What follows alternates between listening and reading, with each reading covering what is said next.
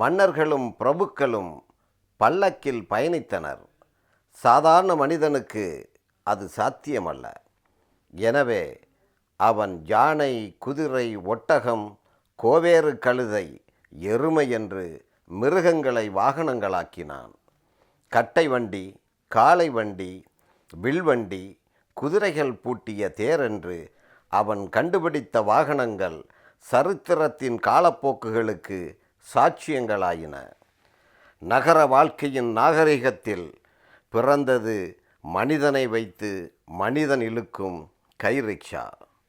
அது மனிதனுக்கே இழுக்கு என்கிற ஞானோதயம் பிந்தித்தான் ஏற்பட்டது. அதனால் வடிவெடுத்த சைக்கிள் ரிக்ஷாவும் மனிதனுக்கு பெருமை சேர்ப்பதாக இல்லை.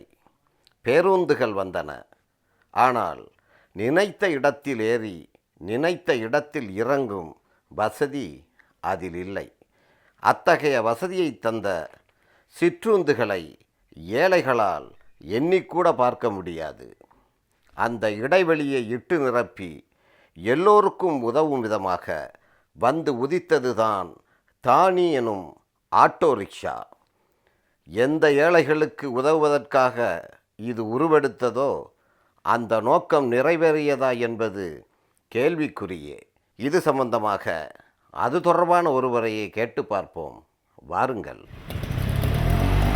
வணக்கம். வணக்கம். எப்படி இருக்கீங்க? நல்லா இருக்கேங்க. என்ன பேர்? புருஷோத்தமன். புருஷோத்தமன். எங்கே பிறந்தீங்க? நான் திருத்தணி பக்கத்தில் அருங்குளம்ன்ற ஒரு கிராமத்தில் பிறந்தேன். அப்பா? அப்பா வந்து அந்த நேரத்தினுடைய கிராம நிர்வாக அதிகாரியாக இருந்தார். கிராம அதிகாரி. இப்போதைக்கு வந்து வில்லேஜ் அட்மினிஸ்ட்ரேஷன் ஆஃபீஸர். அம்மா? அம்மா வீட்டு ஹவுஸ் ஒய்ஃபாக தான் இருந்தாங்க. இல்லத்தரசி. இல்லத்தரசி. அப்படி சொல்லுங்கள். கூட பிறந்தவங்க 2 தம்பிகள், ஒரு அக்கா, மூத்த சகோதரி. எந்த வருஷம் பிறந்தீங்க? நான் 1966 பிறந்தேன். தம்பியா? தம்பி 2 தம்பிங்க இருக்காங்க. சரி, படிக்கணும். போனீங்களா பள்ளிக்கூடம்? போனேன் ஐயா, பள்ளிக்கூடம் போனேன். சின்ன ஆரம்ப கல்வி வந்து எங்கள் ஊர்லேயே, எங்கள் வில்லேஜ்லேயே படிச்சிருந்தேன். அதுக்கு பிறகு 5ஆவதுக்கு பிறகு எங்கள் ஊரில் வந்து உயர்கல்வி கிடையாது, உயர்நிலைப் பள்ளி கிடையாது. அதுக்காக நான் திருத்தணி வந்து போய் படிக்க வேண்டிய ஒரு சூழ்நிலை. திருத்தணிக்கு போயிட்டு நாள்தோறும் கிராமத்துலேருந்து நகரத்துக்கு போயிட்டு பஸ்ஸில் போயிட்டு காலையில் போயிட்டு ஈவினிங் வந்துடுவேன். என்னுடைய பள்ளி படிப்பு 12ஆவது வரையும் தொடர்ந்தது திருத்தணிலேயே. 10ஆம் வகுப்பில் 10ஆம் வகுப்பில் தேர்ச்சி பெற்றேன். என்ன வாங்கணும் புள்ளிகள்? கிட்டத்தட்ட 50 விழுக்காடுக்கு மேலே எடுத்திருந்தேன். அப்புறம் 12ஆம் வகுப்பு படித்தேன். 12ஆம் வகுப்புக்குள்ளே இந்த 10ஆவது தேர்ச்சி பெற்று 11ஆவது படிக்கும் போதே என்னுடைய ஆர்வங்கள் வேறு பக்கம் திரும்ப ஆரம்பிச்சிருச்சு. என்ன வேறு? தமிழ் உணர்வு, அரசியல் உணர்வுகள், இப்படி அரசியல் பக்கமெல்லாம் போக ஆரம்பிச்சிச்சு. காரணம், என்னுடைய 10ஆவது படிக்கும்போது என்னுடைய ஆசிரியர், தமிழ் ஆசிரியர் டாக்டர் மாலிக் என்ற ஒரு ஆசிரியர், அவரோட தமிழ் ஆசிரியர், அவரோட பழக்கத்தில் பட்டிமன்ற பேச்சுக்கள் பேசுகிறது, பட்டிமன்றத்தில் கலந்துக்கிறது, இலக்கிய போட்டி, கவிதை போட்டி, இப்படியெல்லாம் அவர் கூட கலந்துட்டு படிப்பில் கொஞ்சம் கொஞ்சமாக ஆர்வம் குறைய ஆரம்பித்தது. இந்த பட்டிமன்றம் இதில் போய் தான் படிப்பு கட்டிச்சு அப்படியும் சொல்ல முடியாது. அந்த நேரத்தில் அரசியலில் கொஞ்சம் புகுந்து, அந்த நேரத்தில் ஒரு அரசியல் இயக்கத்தில் பேச்சாளர் ஆகணுன்ற ஒரு துடிப்போட அரசியல் மேடைகளெல்லாம் பேசிட்டு இப்படியே காலம் கழிஞ்சதுனால படிப்பில் என்னால் கவனம் செலுத்த முடியல. சரி, இந்த அரசியல் மேடை இதெல்லாம் போகாமல் இருந்தால் என்னுடைய வாழ்க்கை வேறு மாதிரி திசை மாறி இருக்கும்னு நான் நினைக்கிறேன். என்ன ஆச்சு? முடிவு தோல்வி, தேர்ச்சி பெறலை. ஆனால் அன்னைக்கு அப்பா சொன்னதெல்லாம் என்னுடைய காதில் எட்டலை. என்னுடைய கவனங்கள்லாம் வேறு மாதிரி சிந்தனைகள்லேயே போயிடுச்சு. வீட்டில் வெட்டியாகவே காலத்தை கழிச்சிட்டு நான் கிராமத்திலேருந்து திருத்தணிக்கு வந்து அங்கேயே தங்க ஆரம்பிச்சிட்டேன். அங்கேயே ஒரு பெரிய நட்பு வட்டாரம். அந்த நட்பு வட்டாரத்தை கூட பழகிட்டு அரசியல், இலக்கியம் இப்படியே காலத்தை போட்டிக்கிட்டு வெட்டியாகவே சுற்றிட்டு இருந்தேன். அரசியல் இலக்கியம்னா அது 17 வயசில் வந்தால் அதுக்கு பேர் வெட்டி வேலை. என்னை பொறுத்தவரையும் அப்படி தான் நான் நினைக்கிறேன். படிக்கிற வேலையை விட்டுட்டு இப்படியெல்லாம் வர்றது இன்னைக்கு ரொம்ப காலம் கழிச்சு எனக்கு தெரியுது, இது வெட்டி வேலை தான்ன்ற மாதிரி எனக்கு தோணுது. வெட்டி வேலை எத்தனை வயசு மட்டும் பண்ணீங்க? அது கிட்டத்தட்ட 20 வயசு வரையும் பண்ணிட்டு இருந்தேன். 3 வருஷ காலங்கள் அதையே தொடர்ந்து செஞ்சுட்டு இருந்தேன். சரி, அதுலேருந்து அப்பவும் மீட்சி எனக்கு யார் எடுத்து சொன்னாலும் நான் அதை எடுத்துக்கிற சூழ்நிலையில் அந்த காலகட்டத்தில் இல்லை. நான் எடுக்கிற முடிவே இறுதியான முடிவுன்ற மாதிரி ஒரு முடிவுகளை எடுத்துட்டு நானே சுயமாக நடக்க ஆரம்பிச்சிட்டேன். அதனால் யாருடைய ஆலோசனைகளும் நான் வந்து அதை கேட்குற அளவு சூழ்நிலையில் அந்த காலகட்டத்தில் இல்லை. அப்பா அம்மா வயிற்றுச்சலை கொட்டிக்கிட்டதா மிச்சம். வயிற்றுச்சலை கொட்டிட்டா மாதிரின்னு சொல்ல முடியாதுங்க. ஏன்னா அப்பா அம்மா என்ன நினச்சாங்க, சரி அவன் ஏதோ ஒரு போக்கில் போயிட்டு இருக்கான், சரி மகன் பெரிய ஆளாக வருவான்ற மாதிரி கூட அப்படியும் சிந்திச்சிருக்கலாம் அவங்க. பெரிய அரசியல் தலைவராக வந்து அப்படியும் நினச்சிருக்கலாம் அவங்க. போச்சு மொத்தம் வெட்டி வேலைன்னா உங்களுக்கு 20வது வயசுல தெரிஞ்சு போச்சு. 20வது வயசு 21வது வயசுல எனக்கு தெரிய வந்தது. அப்புறம் என்ன அதுக்கு மாற்று என்ன சிந்தனை வந்து? மாற்று சிந்தனைகள் ஒன்றும் இல்லை. அதுக்கு பிறகு தான் வேலை தேடணுன்ற எண்ணங்கள்லாம் வந்தது. சரி, அதுக்காக வேலைக்காக தேடிட்டு இருக்கிற நேரத்தில் அந்த பருவத்தில் காதல் திருமணம் பண்ணணுன்ற மாதிரி ஒரு சூழ்நிலை உருவாச்சு. மத ரீதியாகவே வேற மதத்தை சேர்ந்த பெண்ணை கல்யாணம் பண்ண வேண்டிய ஒரு சூழல். அதுக்கு பிறகு கல்யாணம் ஆன பிறகு கண்டிப்பாக வேலை என்ன சொல்லுவாங்க? கலப்பு திருமணம் சொல்லலாம். கலப்பு திருமணம், காதல் திருமணம். மாடுக்கும் திருமணம் முடிச்சாதான் அது கலப்பு திருமணம். அது உண்மைதான். மனுஷிக்கு நடந்த ஆனால் திருமணம் வழக்கப்படி இங்க வந்து அதை தான் கலப்பு திருமணம்ன்ற மாதிரி இன்னொரு மதத்தை விட்டு இன்னொரு ஜாதியை விட்டு போகும்போது அது கலப்பு திருமணம் இந்த சமுதாயம் அங்கீகரிக்குது. அந்த வகையில திருமணம் செஞ்ச பிறகு இல்ல அந்த நேரத்துல ஏதோ ஒரு தற்காலிகமான வேலைகளை செஞ்சுட்டு இருந்தேன். இல்ல தற்காலிகமான வேலையை செஞ்சுட்டு இன்னொரு 1 வருட காலம் 2 வருட காலம் ஓடிச்சு. வருமானம் போதலை, என்ன செய்யலாம். அதுக்கு பிறகு நான் சென்னைக்கு வர வேண்டிய சூழ்நிலைகள், சென்னையிலேயே வந்து செட்டில் குடியமர்ற ஒரு சூழ்நிலை உருவாச்சு. அதுக்கு பிறகு என்னுடைய நண்பர்கள் வட்டாரம் கொஞ்சம் பெருக ஆரம்பித்த உடனே அவங்க சொன்னாங்க, ஆட்டோ ஓட்டுனா நாள்தோறும் வருமானம் பார்க்கலான்ற மாதிரி ஒன்று சொன்னாங்க. ஆனால் ஆட்டோ ஓட்டணும் போது எனக்கு அது ஒரு கஷ்டமாக தான் தோணுச்சு. ஆனால் நண்பர்கள் கொடுத்த தைரியம் இது ஒன்றும் பெரிய விஷயம் இல்லை, ரொம்ப லாவகமாக ஓட்டலான்ற மாதிரி கொஞ்சம் பழகி கொடுத்தாங்க. அந்த பழக்கத்தில் 1 மாதத்துலேயே நான் வந்து ஓட்டுநராக வந்து தேர்வு பெற்றேன். ஆட்டோன்னா இப்போ தானி, ஆனால் வழக்கத்தில் வந்து அது ஆட்டோன்ற மாதிரி மாறிடுச்சு. அதை இனிமேல் மாற்ற முடியுமானது எனக்கு தெரியல. எதுவுமே இல்லை, எல்லாம் மாற்றக்கூடியதுதான். இப்போ தானி ஓட்ட ஆரம்பிச்சிட்டேன். வாடகைக்கு வண்டி எடுத்து ஓட்டிங்களா? முதல்ல வாடகைக்கு. என்னுடைய பொருளாதார நிலை அன்னைக்கு சொந்தமாக வண்டி வாங்குற மாதிரி ஒரு சூழ்நிலைகள்லாம் இல்லை. வாடகைக்காக வண்டி எடுத்து நாள்தோறும் 100 ரூபா கட்டணம் கொடுத்து வாடகைக்கு ஆட்டோ ஓட்ட ஆரம்பிச்சேன். 100 ரூபா கொடுக்கணும் வண்டிக்காரருக்கு 100 ரூபா நாள்தோறும் கொடுக்கணும். பெட்ரோல் எல்லாம் நீங்கள் ஊற்றிக்க? பெட்ரோல் நான் போட்டுட்டு வண்டி ஓட்டிட்டு ஒரு நாள் வாடகை 100 ரூபாய். அதுக்கு மேலே நான் ஒரு 100-150 ரூபா அன்னைக்கு அந்த 90 காலகட்டத்தில் 89 காலகட்டத்திலே ஒரு நாளைக்கு ஒரு 150 ரூபா 200 ரூபா அது எனக்கு போதுமான வருமானமாக தெரிஞ்சது. எனக்கு ஆட்டோமேட்டிக்காக கொடுத்துட்டாங்க. கிட்டத்தட்ட ஒரு 200 ரூபாய் சம்பளம் எடுத்துருக்கலாம். அன்னைக்கு 200 ரூபாய் என்னது பெரிய காசு. நல்ல வருமானம் முதல்ல கண்டதுனால சரி இந்த தொழில் சரியாக இருக்கும், நம்ம குடும்பத்தை ஓட்டிட்டு போகலான்ற மாதிரி அதே தொழிலில் நான். சரி, முதல் வாடிக்கையாளர் உங்கள் தானியில் ஏறினவர்? முதல் வாடிக்கையாளர் என்னது கிட்டத்தட்ட 18 வருஷ காலத்துக்கு முன்னாடியே, சரியாக எனக்கு நினைவில் இல்லை. அதுக்கு பிறகு நிறைய தொடர் வாடிக்கையாளர்கள், எனக்குன்னு நிரந்தரமான வாடிக்கையாளர்கள்லாம் கொஞ்சம் பிடிச்சி வச்சுருந்தேன். சரி, இந்த நிரந்தரமான வாடிக்கையாளர்கள் என்னை தான் விரும்புவாங்க. இந்த ஆட்டோக்காரங்கன்னா சமூகம் பயந்து நடுங்குதா இல்லை மிச்சம் பாசமாக அன்பாக நடந்துக்கிறாங்களா? ஆட்டோக்காரர்னா சில சந்தர்ப்பத்தில் சண்டை போட வேண்டிய சூழ்நிலை இருக்கும். ஏன்னா கஸ்டமர் வந்து வண்டியில் ஏறுவார், புரசவாக்கம் போகணுன்னு சொல்லுவார். புரசவாக்கம் போயிட்ட பிறகு அவர் ஒரு சரியான இடத்த தேர்வாக சொல்லியிருக்க மாட்டார். அந்த இடம் இந்த இடம் போன்னு சொல்லி அலக்கழிக்கும் போது சில டிரைவர்களுக்கு என்ன அலக்கழிச்சாலும் அது மீட்டர் ஓடுறது தானே பணம். ஐயா, நான் என்ன சொல்கிறேன்னா, ஒரே ஒரு முறை ஒரே ஒரு பயனை ஏற்றி இறக்கிட்டு போயிடத்தோட முடிஞ்சு போயிடுச்சுன்னு வச்சுங்க தொழில். இந்த பிரச்சனைகளுக்கு வழியே இல்லை. காலையில் 7 மணிக்கு ஒரு ஆட்டோ ஓட்டுநர் ஆட்டோ எடுத்துகிட்டு தொழிலுக்காக கிளம்புறான். ஒரே ஒரு பயணி கிடையாது, கிட்டத்தட்ட ஒரு 100 பயனை ஏற்றி இறக்கும் போது அவனுக்கு சலிப்பு கண்டிப்பாக இருக்கும். யாருக்குமே வந்து ஒரு டாக்டராண்ட போயிட்டு எலும்பு முறிவுன்னு சொல்லி போயிட்டு நம்ம போயிட்டு எலும்பு முறிவை போயிட்டு காட்டுறோம். டாக்டர் போனவுடனே ஐயா மெதுவா, ஐயா ராஜா வலிக்குதா கிளிக்குதான்ற மாதிரிலாம் சொல்ல மாட்டார். படக்கன்னார். அதுக்கு அந்த குழந்தைய கூப்பிட்டு போன அம்மா சொல்லுவாங்க, அந்த டாக்டருக்கு கொஞ்சம் பச்சா பரிதாபம் இல்லை, படக்குன்னு போட்டு படக்குன்னு சொடிக்கிட்டாருன்னு சொல்லி. ஆக அந்த டாக்டர் வந்து அதுக்கு அவருடைய தொழில் ரீதியாக அப்படி தான் பண்ண முடியும், அப்படி தான் பண்ணிட்டு போவார். ஆனால் ஒரு தாய்க்கு அது மேலே பாசம் இருக்கிறதுனால அந்த குழந்தைய வந்து ரொம்ப இதுவாக சொல்கிறாங்க. இப்போ நீங்கள் பெரிய நியாயஸ்தங்க சொல்லி நியாயம் சொல்ல வர்றீங்களா? அந்த நியாயம் சொல்ல வரல, அநியாயங்களை சொல்லுங்க. அநியாயங்கள்லாம் இது சொல்ல முடியாது. அதாவது சொல்லுங்க வரிசையா நீங்கள் என்னென்ன அநியாயம் பண்ணுறீங்க. சில விஷயங்களில் தவறுகள் செய்யக்கூடிய சூழ்நிலை வரும். சொல்லுங்க. ஒரு இடத்துக்கு போக வேண்டிய ஒரு பயணி வந்து கேட்பார், இந்த இடத்துக்கு போகணும், அந்த இடத்தினுடைய சூழ்நிலைகளெல்லாம் நாங்கள் யோசனை பண்ண வேண்டியிருக்கும். அந்த இடத்துல போயிட்டு இவரை விட்டுட்டா திருப்பி அங்கேருந்து திரும்பி வரும்போது நமக்கு இன்னொரு பேசஞ்சர் கிடைப்பானா, கிடைக்க மாட்டாங்களான்ற மாதிரிலாம் ஒரு சிந்தனைகள் வரும்போது அதை கொஞ்சம் கூட்டி கேட்க ஒரு சூழ்நிலை உருவாகும். அந்த நேரத்தில் பயணிக்கு எங்களுக்கும் சில வாக்குவாதங்கள் ஏற்படலாம். அப்போ நான் இப்படி கேட்குறேன், இந்த டிரைவர்கள் செய்கிற இந்த சமூக சேவை என்ன? நிறைய சேவைகள் செய்கிறேன். நாங்கள் பிரசவத்துக்கு இலவசமாக ஓடி வரோம் எல்லா ஆட்டோ ஓட்டுநரும். முதல் அந்த குழந்தை பிரசவத்துக்கு எந்த இடத்துல இருந்து கூப்பிட்டாலும் நான் வர முடியாதுன்ற மாதிரி எந்த ஆட்டோ ஓட்டுநரும் சொன்னதா நான் இதுவரையும் கேள்விப்படலை. இன்னைக்கு வரையும் அதுக்கு பிரசவத்துக்கு இலவசமாக தான் போயிட்டு இருக்காங்க. ஒரு ரோட்டில் ஒருத்தன் அடிபட்டு கிடக்கிறான்னு சொன்னால் எந்த ஆம்புலன்ஸும் அந்த நேரத்தில் ஓடி வர்றதில்லை. அவசர ஆம்புலன்ஸே எங்களுடைய ஆட்டோ ரிக்ஷா தான். சரி, ஆட்டோவில் நிறைய பொருள் தவறி போகுதுன்ற எத்தனையோ டிரைவர் கொடுத்துருக்காங்க, கொடுத்து அதுக்காக விருதெல்லாம் பெற்றிருக்காங்க, கமிஷனர் ஆண்ட விருதுகள் பெற்றிருக்கிறாங்க. எத்தனையோ பேர் அவங்களுடைய நகைகள் எல்லாம் எடுத்து போய்ட்டு ஒப்படைச்சிருக்காங்க. ஏதோ 1-2 அசம்பாவிதங்கள் வேறு மாதிரி தவறாக நடந்திருக்கலாமே தவிர 100% வந்து இப்படியெல்லாம் நானே என்னுடைய ஆட்டோலே என்னுடைய கைப்பையே கடந்த வாரம் தவற விட்டுட்டேன்.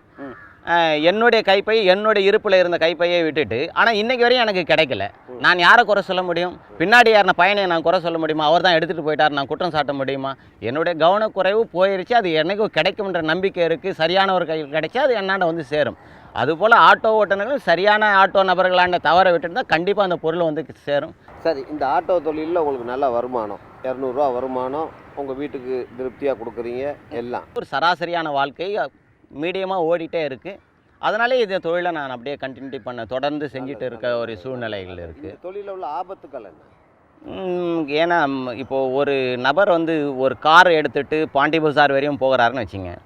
அவர் பாண்டி பஜாரோட போகாது, அதோட ஒரு 8 மணி நேரம் ரெஸ்ட் எடுத்துப்பார், முடிச்சுப்பார். ஆனால் எங்களுடைய பொறுத்தவரையும் காலையில் 7 மணிலேருந்து நைட்டு 10 மணி வரையும் போக்குவரத்து நெரிசலில் சிக்கி தவிச்சு கிட்டத்தட்ட சென்னையில் இருக்கிற சிக்னல் எல்லாம் நின்று வேர்த்து விறுவிறுத்து வெயில் நேரத்துலையும் இவ்வளவும் கஷ்டப்பட்டு உயிருக்கு போராடி உயிரை பணயம் வச்சு இன்றைக்கி இருக்கிற போக்குவரத்து நெரிசலில் பார்த்தீங்கன்னா உங்களுக்கு தெரியும் ஐயா, ஒரு இடத்துலேருந்து டி நகர் போகணுன்னு சொன்னால் எவ்வளோ நெருக்கடி இருக்குது. அந்த நெருக்கடியிலையும் பேசஞ்சரை பத்திரமா எடுத்துகிட்டு போயிட்டு அந்த இடத்துல எடுத்து போய்ட்டு சேர்த்துறோம். 1-2 பேர் இல்லை, கிட்டத்தட்ட ஒரு நாளைக்கு 20 பயணிகளை ஏற்றுறோம். 20 பயணிகளை பொறுப்பான இடத்துல எடுத்து போய் சேர்றோம். அதில் ஏதோ ஒரு சில நேரங்களில் ஒரு பயணியாண்ட நாங்கள் சத்தம் போடுற ஒரு சூழ்நிலை உருவாகலாம். இது மனித இயற்கை தானே.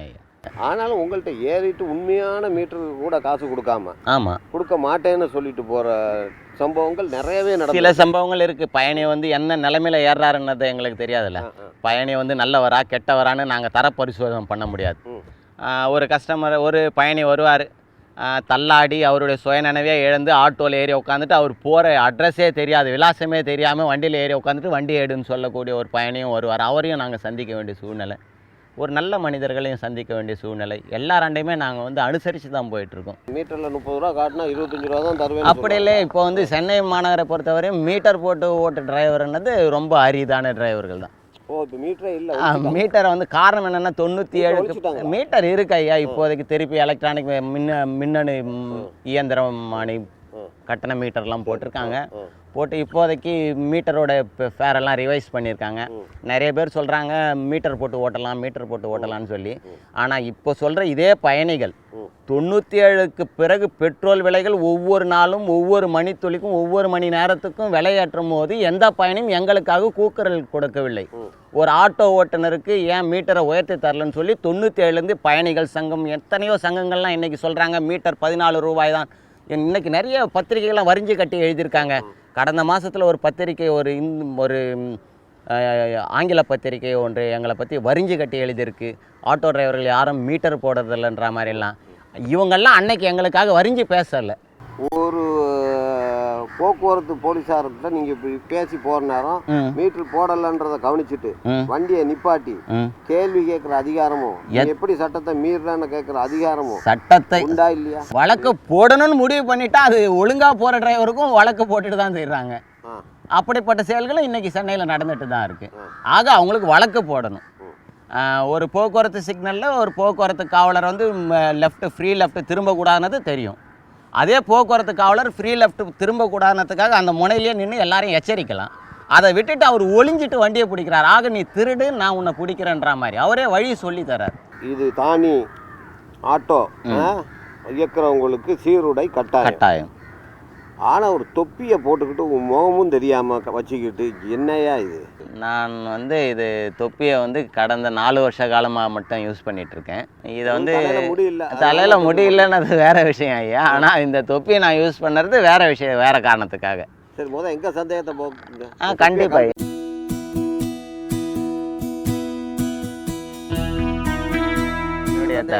நான் வந்து இதற்காக நான் வந்து தொப்பி போடாமல் இல்லை, இதுக்காக தொப்பி போடலை. சரி, நீங்கள் போடுங்க. நான் வந்து இந்த தொப்பியை போடுற விஷயத்துக்கு நான் அதுக்கு பிறகு வரேன்.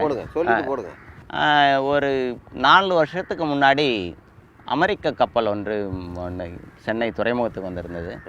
அதில் வந்து மாணவர்கள், அமெரிக்க மாணவர்கள் வந்து படிக்கிறதுக்காக வந்திருந்தாங்க. அந்த கிட்டத்தட்ட 600 மாணவர்கள் அந்த கப்பலில் வந்திருந்தாங்க. அந்த கப்பல்லேருந்து வந்து ஆட்டோ பிடிக்கும் போது நிறைய ஆட்டோ டிரைவர் நீங்கள் சொன்ன மாதிரி எல்லாரும் காக்கி சட்டையை எல்லாரும் போட்டிருந்ததுனால அவருக்கு அடையாளம் தெரியல. அந்த நேரத்தில் அவருடைய தொப்பி, சிவப்பு தொப்பி எனக்கு போட்டு விட்டு நான் வரும்போது உன்னை அடையாளம் கண்டுபிடிக்க ஈஸியாக இருக்குன்ற மாதிரி எனக்கு இந்த தொப்பியை கொடுத்தாரு. இந்த தொப்பியில் ஒரு சிவப்பு நிற தொப்பி. அதுக்கு பிறகு அவருக்கு ஒரு 2-3 நாள் நான் சவாரி பார்க்க ஆரம்பிச்சுட்டு அவர் தான் எனக்கு சொன்னார், இனிமேல் இது மாதிரி ஒரு தொப்பியை உனக்காக ஒரு யூஸ் பண்ணிக்கோ, ஒரு கலரை உனக்குன்னு ஒன்று யூஸ் பண்ணிவிடு, அடையாளமாக ஒன்று வச்சுக்கோ, இது உனக்கு யூஸாக இருக்குன்ற மாதிரி நினச்சாரு. அது சிந்திச்சு பார்க்கும்போது சரியாகவும் இருந்தது. நம்முடைய தலையும் இப்படி தானே இருக்குது, சரி இதுவும் ஒரு மறைவாக இருக்கும், பார்க்குறதுக்கு ஒரு மற்றவங்களை கவர்ற மாதிரி இருக்கும்ன்ற மாதிரி ஒரு இளைஞராக காட்டிக்க, 40 வயசை இன்னும் 30 வயசாக காட்டிக்கலாமேன்ற மாதிரி ஒரு எண்ணங்கள் எனக்குள்ள இருக்கு. உண்மை என்னன்னா உங்களை ஒரு தனியாக அடையாளம் காட்டணும். ஆக இந்த தொப்பி என்னை பொறுத்தவரையும் எனக்கு ஒரு அடையாள சின்னம். எல்லாரும் ஆட்டோ ஓட்டுறாங்க, எல்லாருக்கும் பணம் வருது, எழும்புறாங்க, ஓட்டுறாங்க, சாப்பிட்றாங்க, தூங்குறாங்க, திரும்ப வண்டியை கழுவுவாங்க, வண்டி கழுவவே மாட்டாங்க சில நேரத்தில், திரும்ப ஓட்டுவாங்க. இப்படியே வாழ்க்கை சுற்றிட்டே போகுது. ஆமாம், ஒரு நான் இவ்வளோ சாதிச்சிருக்கேன் இந்த தொழில்னு சொல்கிறதுக்கு. ஆமாம், உங்கள் வாழ்க்கையில் ஏதாவது இருக்கா? நான் வந்து கடந்த ஆண்டு வந்து சுற்றுலாத்துறையோட விருது பெற்றிருக்கிறேன். தமிழ்நாடு அரசு சுற்றுலாவுடைய விருது பெற்றிருக்கிறேன். பிறகு இன்றைக்கு வந்து நாங்கள் தமிழ்நாடு சுற்றுலா கழகம் எங்களோட இணைந்து கிட்டத்தட்ட ஒரு 30 டிரைவர்களை சுற்றுலா நட்பு ஆட்டோக்கள், சிநேகித ஆட்டோக்கள்னு சொல்லி ஒரு 30 பேரை உருவாக்கி இன்றைக்கி சென்னைக்கு வரக்கூடிய சுற்றுலா பயணிகளை எப்படியெல்லாம் நடத்த வேண்டும், எப்படி அவர்களுக்கு பணியாற்ற வேண்டும் என்று சொல்லி பயிற்சி கொடுத்து, எங்களுக்கு சிறப்பு பயிற்சி கொடுத்து. என்ன மாதிரி பயிற்சி? சுற்றுலா ஆட்டோ ஓட்டுறவங்க எப்படி இருக்கணும்? ஆட்டோ ஓட்டுநர்கள் பார்க்கும்போது அந்த முதல்ல அந்த நீட்டாக இருக்கணும், நீட்டான உடைகள், அந்த சீருடை சுத்தமாக, அந்த புன்னகை இருக்கணும். புன்னகை வந்து கண்டிப்பாக இருக்கணும். ஏன்னா அந்த டிரைவர்கள் பொதுவாக இந்த 30 ஆட்டோ ரிக்ஷாவில் வரமாட்டாங்கன்னு நான் நினைக்கிறேன் ஐயா. அது அப்படி ஒரு பழக்கம் இருக்கும்போது அவங்க வந்து அது தனிப்பட்ட முறையில் இருக்குமே தவிர இந்த வேலை நேரத்தில் இந்த மாதிரி தவறான செயல்களில் ஈடுபடுறவங்க இந்த 30 டிரைவரில் கண்டிப்பாக இருக்க மாட்டாங்க. இந்த 30 பேரும் மது அருந்தாத டிரைவர்கள். என்ன பொதுவாக இன்னும் சொல்ல போனால் 30 ஆட்டோ டிரைவர்களும் இரவு நேரத்தில் அவர் வீட்டில் தண்ணி அடிக்கிறாரா என்னது எனக்கு தெரியாது, நான் அதை கண்டுபிடிக்க முடியாது. ஆனால் வண்டி ஓட்டக்கூடிய வேலை செய்யக்கூடிய நேரத்தில் வந்து யாருமே வந்து தண்ணி அடிக்க மாட்டாங்க. சுற்றுலா ஓட்டுநர்கள், ஆட்டோ ஓட்டுநர்களுக்கும் மற்ற சாதாரணவர்களுக்கும் என்ன வித்தியாசம்? சுற்றுலா ஆட்டோ ஓட்டுநர்களுக்கும் மற்ற ஆட்டோ ஓட்டுநர்கள் ஒன்றும் வித்தியாசம் இல்லை, எல்லாருமே சரியானவர்கள் தான். எங்களுக்கு சில விஷயங்கள் எல்லாம் இந்த சென்னை மாநகரத்தில் இருக்கக்கூடிய சிறப்பு வாய்ந்த இடங்களோட பற்றி விவரங்கள் தெரியும். பிற மொழி, ஒவ்வொரு டிரைவருக்கும் ஒவ்வொரு மொழி தெரியும். ஒரு இன்னொரு ஆட்டோ நண்பருக்கு ஹிந்தி பேச தெரியும். படிக்காத ஒரு ஆட்டோ ஓட்டுநர் கூட ஆங்கிலம் பேச தெரியும். என்னுடைய நண்பர் ஒருவர் இருக்கிறார், அவருக்கு படிக்க தெரியாது, ஆனால் ஆங்கிலம் பேசுவார். அவருடைய மகனை இன்னைக்கு என்ஜினியரிங் படிக்க வச்சிருக்காரு, என்ஜினியரிங் படிக்கிறார். இன்னொரு ஆட்டோ நண்பர் ஒருவர் இருக்கிறார், அவரோட மகன் வந்து என்ஜினியரிங் முடிச்சு விட்டு அடுத்த ஆண்டில் அமெரிக்காவுக்கு அனுப்பணும்ன்ற மாதிரி ஒரு திட்டமிட்டு செயல்பட்டு இருக்கிறார். இவங்களை வந்து ஏதோ அவங்களுக்கு தெரிஞ்ச ஆங்கில மொழியில் பயணிகளை பேசி அவங்களுக்கு சுற்றி காட்டி சென்னை மாநகரத்தில் சிறந்த ஆட்டோ ஓட்டுநர்கள் இருக்கிறாங்கன்றதை நிரூபித்து காட்டியிருக்காங்க. இந்த 30 ஆட்டோக்கள் தமிழ்நாடு அரசு சுற்றுலா இயக்குனர் திரு ராஜாராம் அவர்கள் நிறைய முயற்சிகள் எடுத்து இதுக்காக 30 ஆட்டோ ஓட்டுநர்களை தேர்வு செய்து இதற்கு 30 300 ஆக வேண்டும், 300 3000 ஆக வேண்டும், 3000 30,000 ஆக வேண்டும் என்ற ஒரு முயற்சிகளை எடுத்துக்கொண்டிருக்கிறார்கள். அப்போ ஆட்டோ ஓட்டுநர்களுக்கு பல்வேறு மொழிகள்லையும் பயிற்சி இருக்கணும், பேச தெரியணும், இதெல்லாம் உண்மை. கிட்டத்தட்ட இதில் என்னன்னா இந்த தாய்மொழி கல்வி ஒரு 5ஆம் வகுப்பு வரைக்கும் அவங்களுக்கு தேவை. கண்டிப்பாக அடிப்படை கல்வி கண்டிப்பாக தேவை. சிந்திக்க முடியும். கண்டிப்பாக. ஆகவே சிந்திப்பதற்காக தாய்மொழி கல்வியை கற்றுக்கிட்டு கண்டிப்பாக இந்த தொழிலுக்கு ஹிந்தி தேவை, ஆங்கிலம் தேவை, அதை கற்றுக்கலாம். ஆங்கிலம் தேவை. அதை வந்து படிச்சிலெல்லாம் பேசி பேசி பழகி பேசக்கூடிய ஒரு நிலை இருந்தால் போதும் நான் நினைக்கிறேன். ஆங்கிலம் இப்போ நானும் நிறைய வெளிநாட்டு சுற்றுலா பயணிகள் எல்லாம் சுற்றுலாவில் கூட்டிகிட்டு போகிறேன். நான் ஒன்றும் பெரிய படிக்கலை, எனக்கு ஒன்றும் ஆங்கிலம் சரளமாக வராது. ஆனால் என்னை பொறுத்தவரை அவங்களுக்கு ஏற்ற ஆங்கிலத்தை பேசி எங்களுக்குள்ள அவருக்கு எப்படி புரிய வைக்க முடியும் என்ற ஆங்கில மொழி அந்த அளவுக்கு நான் தெரிஞ்சு வச்சிருக்கேன். அப்படியும் சொல்ல முடியாதுல்ல. அவர் சொல்லக்கூடியதுக்கு உடன்பாடு இல்லாமல் நோவும் எஸ்ஸும் சொல்லிட்டு இருந்தாலும் அது பைத்தியக்காரத்தனமாக தான் இருக்கும். ஏதோ எங்களால் முடிஞ்ச அளவுக்கு நாங்கள் இன்றைக்கு வரையும் பயிற்சி பெற்று வருகிறோம். இன்றைக்கி கூட நாங்கள் இந்த சூழ்நிலையில் நான் வந்து 42 வயசுக்கு பிறகு தந்தை சொல்மிக்க மந்திரம் இல்லை என்ற எண்ணங்கள் இப்போ எனக்கு வந்து அப்பா சொன்னார் அன்னைக்கு படின்னு சொல்லி. ஆனால் இன்றைக்கு நான் படிக்கிறேன். சுற்றுலாத்துறை இயக்குனர் ராஜாராம் அவர்களுடைய ஊக்குவிப்பின் பேரிலும் இன்னும் என்னை சார்ந்த பல நண்பர்கள். என்ன படிக்கிறீங்க? நான் BA சுற்றுலாவியல் தமிழ்நாடு திறந்தவெளி பல்கலைக்கழகத்தில் படிக்க மனு செய்திருக்கிறேன். இந்த ஆண்டு முதல் ஆண்டு தொடங்குகிறேன். 3 ஆண்டு காலத்தில் வெற்றிகரமாக இந்த படிப்பு முடிப்பேன் என்ற எண்ணம் இருக்கிறது. எனக்கு அதில் மகிழ்ச்சி. நீங்கள் வேலை செய்யுங்க, அதுலேயும் மகிழ்ச்சி. ஆனாலும் இந்த 20 வருஷமாக உழைச்சி ஆமாய்யா 100 ரூபா வாடகை கொடுத்துட்டு வரீங்க ஒரு ஆட்டோவுக்கு. ஆட்டோ இல்லை, நான் நான் சொந்தமாக ஆட்டோ வச்சுட்டு இருக்கேன்.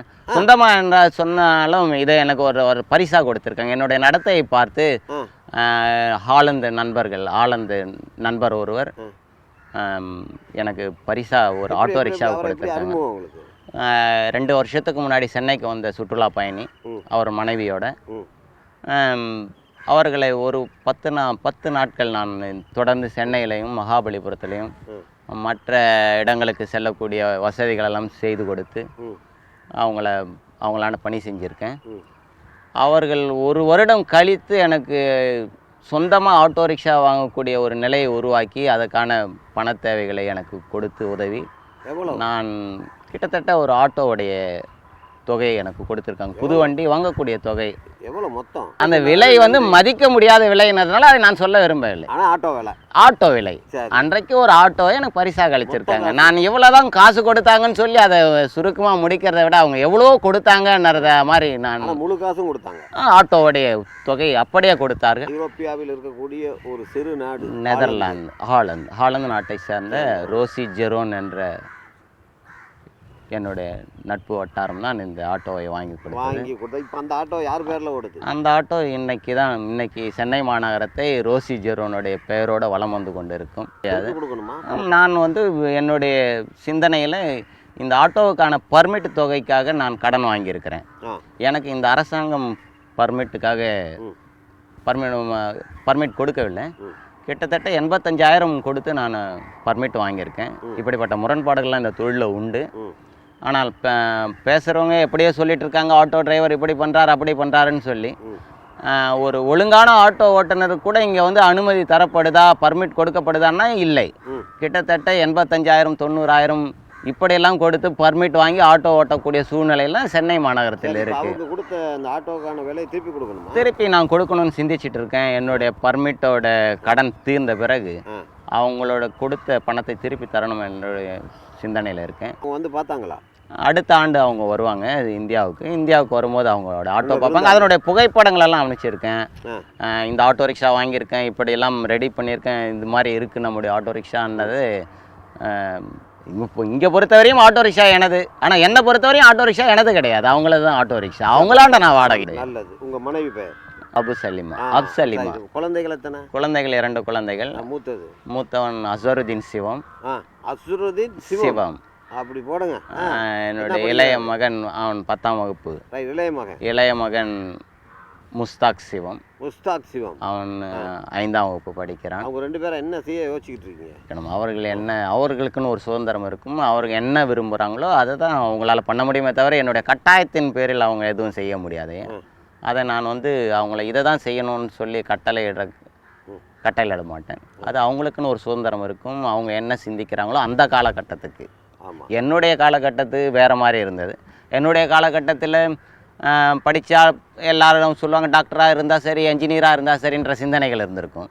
ஆனால் டாக்டராகவும் என்ஜினியராகவும் சிந்தித்த நானே ஆட்டோ ஓட்டுநராக மாறி இருக்கேன். ஆக காலகட்டங்கள் எப்படியோ மாறும். அன்னைக்கு சூழ்நிலைக்கு அவர்களுக்கு எப்படி வாய்ப்புகள் இருக்கோ அது மாதிரி அவங்க வளருவாங்க நினைக்கிறாங்க. தலைவிதியை தீர்மானிப்பது அவர்கள் தான். அவர்கள் அதில் வந்து இன்னொருத்தர் வந்து வழிகாட்டல்னு ஒன்று இருக்கு, வழிகாட்டல் கடமைன்னு ஒன்று இருக்கு, அந்த கடமைன்னு ஒன்று இருக்கு. அந்த கடமைகள் நம்ம நோக்கி அவங்களை நகர்த்தி நம்முடைய மகனை நம்ம வந்து தவறான வழிக்கு செல்லுன்னு சொல்லி எந்த ஒரு தகப்பனும் ஆணையிட மாட்டான். அந்த வகையில் என்னுடைய போதனைகள் இப்படி தான் இருக்கணும், இப்படி தான் போகணுன்ற மாதிரி என்னுடைய கட்டளைகள் இருக்கும். அது அவங்க வழி, அந்த வழியை பின்பற்றுறது அவர்கள் கையில் இருக்குது. சரி புருஷோத்தமன், நீங்கள் ஒரு நல்ல நட்புக்கினிய ஒரு தானி ஓட்டுநர். ஆமாம், நீங்கள் ஒரு நேர்மையான தானி ஓட்டுநர்.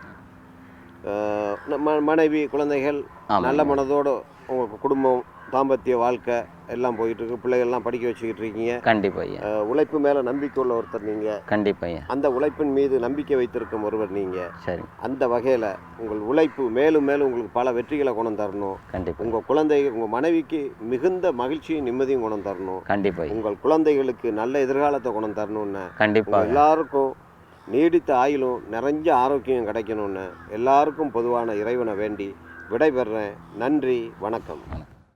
நடப்பதற்கு மாய்ச்சல் பட்டவன் சித்தப்பா வீட்டில் பெண் கட்டிய கதையாக எந்த வேலைக்கும் போக முடியாதவர்களே ஆட்டோ ஓட்ட வந்தனர். பலருக்கு சொந்த ஆட்டோ கிடையாது, கூலிக்கே வேலை செய்தனர். எனவே கிடைத்தவரை லாபம் என்கிற மனோநிலைக்கு ஆட்பட்டனர். அதனால் மீட்டருக்கு மேலே போட்டுக்கொடு என்கிற தகராறுகள், உள்ள கட்டணத்தை விட கூடுதலாக காட்டத்தக்க வண்ணம் மீட்டருக்கு வைக்கப்படும் சூடுகள் என்று இந்த தொழிலே நேர்மையற்றவர்களின் கூடாரம் என்று சொல்லும் அளவுக்கு ஆயிற்று. ஒரே அடியாக இப்படி மோசம் என்று சொல்வதற்கும் இல்லை. நேர்மையான நடத்தை காரணமாக ஆட்டோ ஒன்றையே பரிசாக பெற்ற நல்ல ஜீவன்களும் நம்மிடையே உண்டு. படித்தவர்கள் நிறைந்த கேரளத்தில், பணக்காரர்கள் நிறைந்த மும்பாயில் ஆட்டோ பயணம் என்பதே ஒரு சுகானுபவம். கட்டணத்திலாகட்டும், ஓட்டுநர்கள் பழகும் விதத்திலாகட்டும், அது நம்மவர்களுக்கு ஒரு பாடம்.